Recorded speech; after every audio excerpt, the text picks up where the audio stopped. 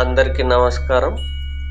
ఈరోజు మనం కర్నూలు జిల్లాలోని ఆదోని తాలూకా కోసిగి మండలం నుంచి 13 కిలోమీటర్ల దూరంలో ఉన్న కందుకూరు అనే గ్రామంలో పచ్చని పంట పొలాల మధ్య కొలువై ఉన్న శ్రీ రామలింగేశ్వర స్వామి ఆలయం చూడటానికి వచ్చాం.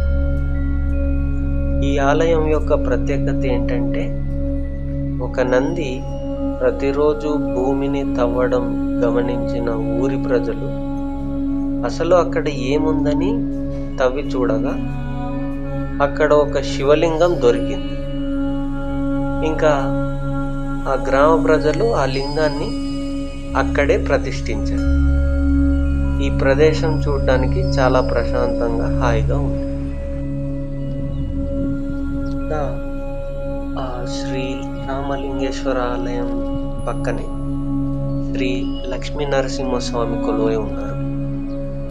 ఈ ప్రదేశం చూడడానికి కూడా చాలా పరిశుభ్రంగా మనసుకి ఆహ్లాదకరంగా ఉంది.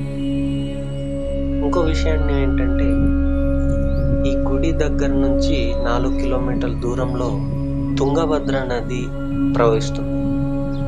ఆ నది యొక్క ప్రత్యేకత నేను నది దగ్గరికి వెళ్ళిన తర్వాత చెప్తాను.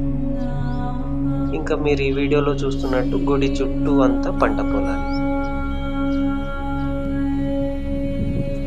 శ్రీ రామలింగేశ్వర స్వామి ఆలయం ఎదురుగానే మనకి స్వయముగా వెలిసిన శ్రీ ఆంజనేయ స్వామి దేవాలయం కూడా.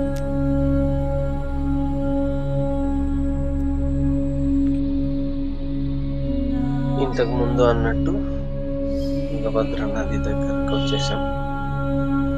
సో ఈ నది వచ్చి ఇరు రాష్ట్రాలు అంటే ఆంధ్ర మరియు కర్ణాటక రాష్ట్రం మధ్యన ప్రవహిస్తుంది.